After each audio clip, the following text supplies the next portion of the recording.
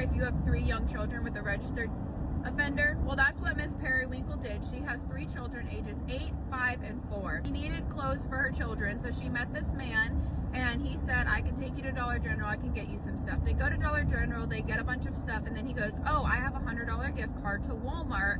We can go and get the kids clothes and shoes.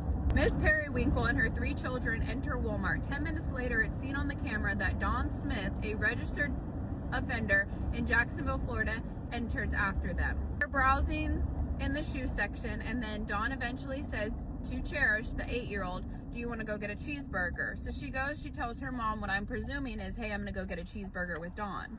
They go to walk into the McDonald's that's inside the Walmart. It took place back in probably 2013 when Walmart still had Subway and McDonald's in the stores. They find out that this McDonald's is closed at 10:42 p.m. so they decide to leave the store, just Dawn and Cherish. They get into the van and they drive out of the Walmart parking lot. Then they're not seen again. There's no trace. The mom has no idea that her daughter had just left with Dawn. She eventually calls and she says, I have no idea where my daughter is. I think he went off with this man. Very weird when she was calling. She wasn't really crying, pretty much crocodile tears, alligator tears, whatever you want to call it. It was just very suspicious, raising red flags. She kept saying, I know my daughter's going to be dead in a box. I know you're going to find her there. After the Amber Alert was issued, people started calling in tips. The first tip came from a neighbor. He said, hey, Dawn is home. He's usually never home. He was outside. And there's the blue stroller that matches the description of what you guys are saying was in this van. So they investigate the house, they find the blue stroller, and they find the items in Dollar General in the trash can that was recently purchased, plus Cherish's flip-flops that she was wearing. Some hours go by, she's now missing for 10 hours. There's another call that comes in from 2 girls. They said, hey, we're passing a church. There was just a white van that matches the description of the Amber Alert, parked all the way in the back by the bushes. Now this church was on a creek, so there was a huge creek right behind it. Police are like, okay, maybe we should go investigate this. This is a good lead, but the van's not there anymore, so there's really not much we can do. But the caller is like, well, you know, they were parked in the back. I don't know if maybe they disposed of something. I don't know, maybe look into it. As they're on the way to go look for it, they get a call from another officer. They are behind this van on the interstate. As they're driving, they come up with a plan to do a felony takedown. They're going to treat this as a felony arrest. They find the van, they pull him over, they block down the highways, everything.